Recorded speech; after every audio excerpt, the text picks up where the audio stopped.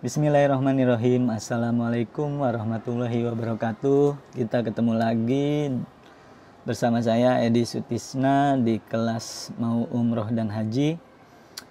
Kita lanjut lagi ya teman-teman. Kemarin kita sudah membahas tentang amalan. Amalan ini ada dua macam. Yang pertama amalan target hajat, yang kedua amalan tabel riyadoh. Kemarin kita sudah membahas amalan tentang target hajat. Ini saya ambil dari buku Riyadoh ya teman-teman. Dan hari ini saya akan menjelaskan masih amalan target hajat. Saya ambil dari buku 40 hari bisa umroh dan haji. Kemarin kita sudah membahas tentang amalan target hajat dari buku Riyadoh. Yang pertama datang ke travel haji dan umroh, nongkrong di travel haji dan umroh, tanya-tanya harga, ambil brosur, sedekah 10%, lakukan riyadoh selama 40 hari. Penjabarannya sudah dijabarkan juga, sudah diuraikan juga. Nah, sekarang kita masuk ke praktek yang ada di buku 40 hari bisa umroh dan haji. Nah, ini mirip ya, mirip-mirip sama praktek yang ada di buku Riyadoh. Karena saya bikin dua buku. Yang pertama buku Riyadoh 40 hari untuk target hajat. Itu masih umum, banyak hajat yang kita uraikan di sana. Yang kedua di buku 40 hari bisa umroh dan haji. Nah, ini khusus membahas bagaimana caranya selama 40 hari ini kita mengerjakan amalan dan bisa berangkat umroh. Amalannya hanya 40 hari. Nah, caranya begini ya, tentang praktek hajatnya mirip-mirip praktek 1. Praktek 1, kenali siapa diri kita dan kenali siapa Allah. Kemarin juga kita singgung ya, ini masalah mindset. Kita itu siapa? Kita itu manusia, makhluk yang Allah ciptakan. Allah itu Tuhan yang menciptakan kita gitu ya. Terus selanjutnya bagi Allah mudah, bagi kita itu sulit. Nah, hal-hal seperti ini yang harus kita kenali. Apapun bagi kita itu susah, apapun bagi Allah mudah, dan lain-lain. Kita sudah belajar itu ya teman-teman, cuman masih sedikit, masih di dalam permukaan. Terus yang kedua, praktek kedua, perbanyak sholat taubat dan istighfar. Nah, ini juga harus kita lakukan. Praktek yang kedua, praktek pertama kita harus mengenali siapa diri kita. Kita harus tahu kita ini manusia yang apapun susah bagi kita. Kita ingin umroh pun susah, mau ada uang ataupun tidak ada uang, dua-duanya susah. Nah, bagi Allah itu amat sangat mudah. Mau ada uang ataupun tidak ada uang, bagi Allah itu mudah. Maka dari itu kita mendekati Allah ya. Mendekatinya dengan cara apa? Dengan cara beribadah. Dengan jalan beribadah sehingga kita dekat dengan Allah. Itu praktek 1. Nah, praktek keduanya, kita memperbanyak sholat taubat dan istighfar. Sholat taubat dan istighfar ini juga dalam rangka untuk mendekati Allah. Allah itu suci dan segala sesuatu yang bisa mendekati Allah ialah sesuatu yang suci juga. Kalau kita ini kotor, kita banyak dosa, kita banyak maksiat, maka kita akan susah untuk berdekatan dengan yang maha suci. Maka dari itu kita bersihkan diri kita dengan cara bertobat kepada Allah. Kita ini banyak dosa kita banyak banget. Kita ini kotor banget, dan Allah maha suci, bersih. Suci itu di atas bersih. Kalau suci sudah pasti bersih belum tentu suci. Nah, Allah ini di atas bersih, yaitu suci, terhindar dari segala sesuatu yang kotor ataupun najis. Maka dari itu kita ini yang kotor-kotor dan penuh dengan kekotoran, terutama kita banyak dosa, kita memperbanyak sholat taubat dan membaca istighfar. Sholat taubat nanti kita jelaskan di tabel riyadoh, yaitu sholat taubat. Kalau kita mempunyai dosa, kita mohon ampun kepada Allah, maka bagusnya sholat taubat 2 rakaat supaya Allah mengampuni. Tata caranya nanti kita jelaskan. Dan memperbanyak istighfar. Astagfirullahalazim, astagfirullah wa atubu ilaihi. Yang paling enak, yang paling gampang, yang paling mudah, memperbanyak membaca astagfirullahalazim atau astagfirullah saja juga boleh. Astagfirullah, astagfirullah, astagfirullah, astagfirullah, astagfirullah. Dijadikan sebagai zikir ya. Memperbanyak. Dalam keadaan kita duduk, kita beristighfar. Dalam keadaan kita berdiri, kita beristighfar. Dalam keadaan berjalan, kita beristighfar. Dalam keadaan mau tidur pun kita beristighfar. Ketika kita kerja di kantor, kita sambil membaca istighfar. Astagfirullah, astagfirullah, astagfirullah, astagfirullah, astagfirullah, astagfirullahalazim, astagfirullahalazim, astagfirullahalazim. Boleh. Astagfirullah wa atubu ilaih, boleh. Terserah, yang paling gampang astagfirullah, astagfirullah, astagfirullah, astagfirullah, astagfirullah juga boleh. Astagfirullahalazim juga boleh. Memperbanyak istighfar. Kita mulut membaca istighfar, dalam hatinya kita memohon ampun kepada Allah. Ya Allah ampuni hamba, ya Allah ampuni hamba, ya Allah ampuni hamba yang sudah banyak dosa, berlumur dosa, melakukan kemaksiatan, maksiat ini, maksiat itu, maksiat ini, maksiat itu banyak, sehingga kita banyak dosa. Dan saya mohon ampun kepadamu ya Allah atas dosa-dosa yang sudah saya lakukan dengan sengaja maupun tidak saya sengaja, yang saya ketahui maupun yang tidak saya ketahui. Itu dalam hati ya. Tapi dalam mulut kita membaca astagfirullahalazim. Nah, itu praktek yang kedua, memperbanyak istighfar. Mulai dari sekarang kita terus-menerus beristighfar. Amalan yang terbaik kata Rasulullah ialah zikir yang tidak pernah terputus. Mulut selalu berzikir. Ini amalan ringan ya. Amalan ringan. Astagfirullah, astagfirullah, astagfirullah, Allahu akbar, Allahu akbar, Allahu akbar. Nah, kita fokus di istighfar dulu. Praktek kedua. Terus selanjutnya praktek ketiga. Memperbanyak berdoa agar dipanggil Allah ke tanah suci. Nah, ini juga amat sangat penting. Kita memperbanyak berdoa kepada Allah. Doa itu di mana saja boleh, kapan saja boleh, dalam keadaan apapun boleh. Kita memperbanyak berdoa, dalam hati boleh, diucapkan lewat lisan boleh. Ya Allah, berangkatkan saya ke tanah suci ya Allah. Bahasa Indonesia juga boleh ya.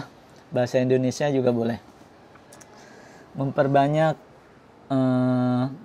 doa agar dipanggil Allah ke tanah suci. Ya Allah, panggil hamba ke tanah suci bersama orang tua hamba, bersama anak-anak hamba, bersama istri dan suami hamba. Berdoa ya, dimanapun kita berdoa. Pokoknya sebanyak mungkin berdoa agar dipanggil Allah ke tanah suci. Kemudian praktek keempat. Praktek keempat sekarang juga pergi ke travel haji dan umroh. Nah, sekarang teman-teman harus pergi ke travel haji dan umroh, praktek. Untuk praktek keempat, jangan sampai enggak. Kemarin kita sudah jelaskan ngapain ke travel haji dan umroh. Ya, kita tanya-tanya, lihat brosurnya, ambil brosurnya, melihat situasi, melihat orang-orang yang berlalu lalang di travel haji dan umroh itu, sehingga nanti auranya nular sama kita ya. Ada orang-orang yang sedang mengambil koper, ada orang-orang yang sedang mengambil kain ihram di travel haji dan umroh, nanti nular. Maka dari itu lebih bagus cari travel yang besar ya, yang besar, travel yang gedungnya besar, gedungnya gede. Jadi kita bisa ngelihat keramaian orang-orang yang sudah daftar haji dan umroh. Nah, kadang-kadang di terminal juga banyak ya orang-orang yang umroh. Kita datang aja ngelihat orang-orang yang ingin berangkat haji atau umroh.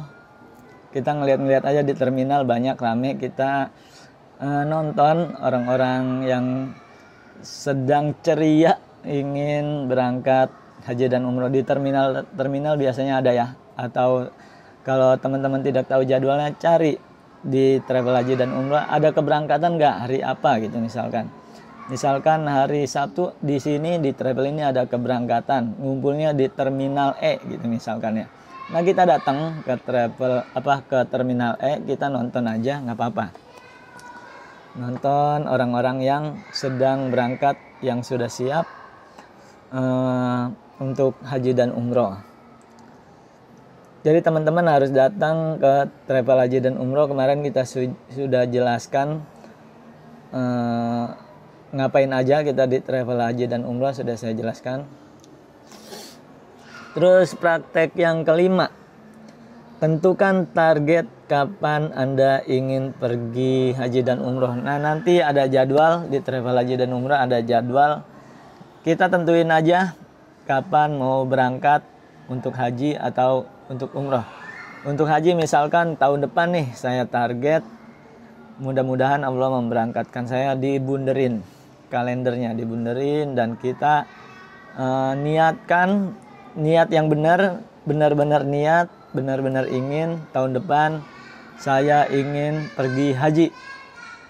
Urusan masalah uang, urusan masalah keberangkatan gimana, untuk urusan masalah teknisnya gimana, terserah Allah. Yang penting saya niat tanggal segini, bulan ini ingin haji atau ingin umroh.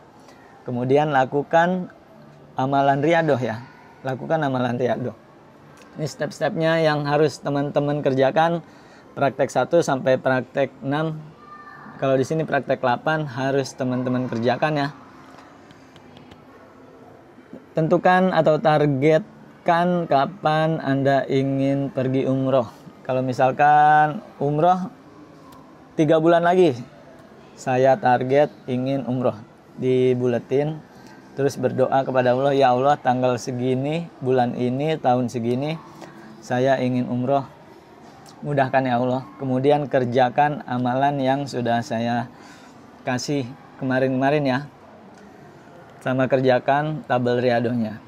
Terus praktek ke-6, pakai kekuatan sedekah. Nah, kita bersedekah. Misalkan harga umroh 30 juta, kita sedekahnya 3 juta. Boleh dicicil 100.000 sebulan boleh, 100.000 2 bulan boleh, 10.000 sehari boleh. Sedekahkan di mana saja bebas. Yang penting sedekah. Di mana saja bebas. Sedekah, jangan takut salah, sedekahkan saja. Sedekah ke orang tua boleh, sedekah ke saudara boleh, sedekah ke tukang sayur boleh, sedekah ke tetangga boleh, sedekah ke anak yatim lebih bagus lagi, sedekah makanan lebih bagus lagi, sedekah duit bagus, sedekah kemana saja boleh, ke masjid, ke ke pesantren, ke pemulung, ke tukang beca, ke tukang sampah, terserah, bebas. Walaupun sedekahnya 10.000 itu bagus. 10.000 sehari misalkan, atau 10.000 seminggu misalkan, boleh. Tapi jangan ditabung. Sedekah ditabung dulu di celengan sampai banyak baru disedekahkan. Jangan.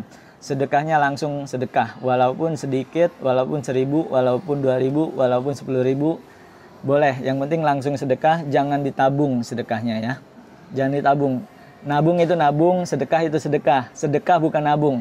Sedekah langsung sedekah kepada orang yang kita sedekahin. Sedekah ke tukang sampah misalkan 1.000 boleh. Sedekah ke tukang sayur 2.000, 10.000 boleh. Itu namanya sedekah. Dan kalau kita sedekahnya nyicil, kita harus catat hari ini sedekah 10.000. besok sedekah 2.000, kemudian sedekah lagi 5.000, sedekah lagi 2.000, 5.000, 10.000, 100.000. Kita catat karena kita nyicil, dan genapkan sedekahnya sampai 3 juta. Genapkan sedekahnya sampai 3 juta karena kita ingin umroh, biayanya 30 juta. Kalau biayanya 30 juta, sedekahnya 3 juta. Sedekah 3 juta dicatat sampai sedekah selesaikan sedekahnya sampai benar-benar 3 juta. Jangan kurang, boleh lebih, jangan kurang. Karena kalau tidak dicatat pasti teman-teman lupa udah sedekah berapa dan lewat begitu saja. Sayang ya sedekahnya. Harus digenapkan sampai benar-benar 3 juta karena mau umroh harganya 30 juta, sedekahnya 3 juta. Paham ya teman-teman ya? Kalau tidak paham tanya. Pakai kekuatan sedekah. Itu praktek yang ke-6. Nah, sekarang praktek yang ke-7. Perbanyak pandangi foto Ka'bah. Orang yang memandangi Ka'bah aja sudah dapat 10 rahmat dari Allah ya. Allah mencurahkan 30 rahmat setiap harinya. Salah satunya memandang Ka'bah asli di Mekah itu dapat 10 rahmat ya. Kita dirahmati sama Allah 10 kali. Kita tawaf dikasih rahmat sama Allah 10 kali. Kita sholat di Masjidil Haram dikasih rahmat 10 kali juga.